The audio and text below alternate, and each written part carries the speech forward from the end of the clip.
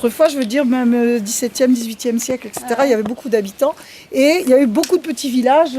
Par exemple, là, on est sur Cazaux, il y a Cazaux Fréché, Cazaux Dessus, Cazaux Machin, enfin, il y en a 50. Il y a énormément d'églises. Et ces églises, elles sont romanes, mais vraiment datent du oui, 10e, 11e, enfin, 11e, 12e siècle. D'où le fait qu'elles soient très épaisses, peu d'ouverture, etc. Elles ont toutes des belles fresques, parce qu'en fait, il y avait beaucoup d'échanges. Il y a toujours eu des échanges avec les Espagnols.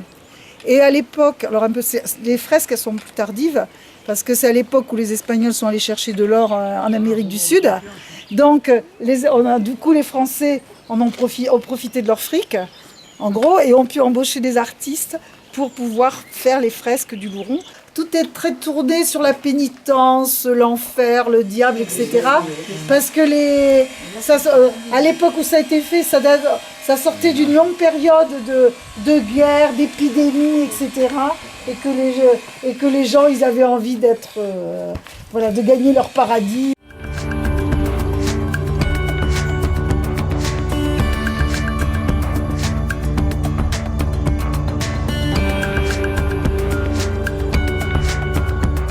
Calixte.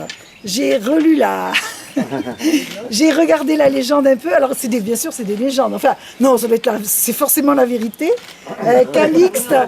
Calixte était un Aragonais qui est venu prêter main forte aux Louronnais parce qu'il y avait les morts qui venaient, qui voulaient les convertir. Donc Calixte est venu prêter main forte aux Louronnais.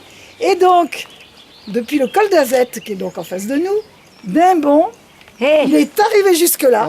Odile, avec sa tête sous son bras. Ah, non, au départ, il était. Alors, pour moi, il n'avait pas la tête sous. Il a combattu, il s'est fait tuer, mais malgré. Alors, et donc son corps a été déposé ici, voilà.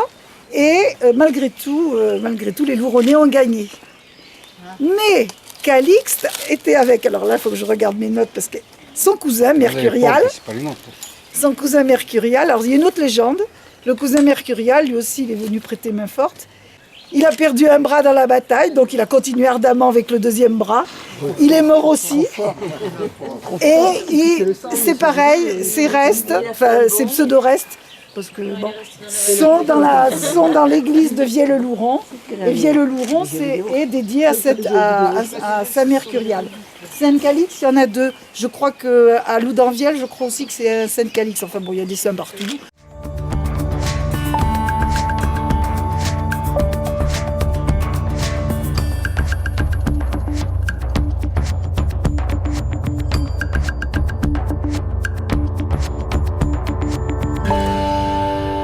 C'est que les branches, quand elles sont humides, sont très souples et qu'on peut les tresser. Donc on peut en faire des palissades, des paniers, etc., etc. Puis après, quand ça sèche, bien sûr, c'est rigide, normal. Le bois en lui-même est un très bon bois de chauffe et tient bien un peu comme le chêne. Et en fait, et ensuite, avec les feuilles, on a donné à manger aux brebis, enfin les bergers ont donné à manger aux brebis comme fourrage pour l'hiver. En plus, ça avait soi-disant les propriétés de donner du lait, etc. Donc en même temps, on en donnait aussi aux bonnes femmes sous forme de tisane. Voilà, on faisait d'une pierre deux coups. Ah, ça, je ne savais pas. Voilà. Et donc, il y avait un monsieur, il y a quelques années, qui avait relancé la fabrication de freinettes. Donc, mais le monsieur, il ne travaille plus. Je ne sais pas s'il est décédé. C'était un vin pétillant. Donc, voilà. Donc, il faisait de la freinette, de la tisane de frêne, etc., etc.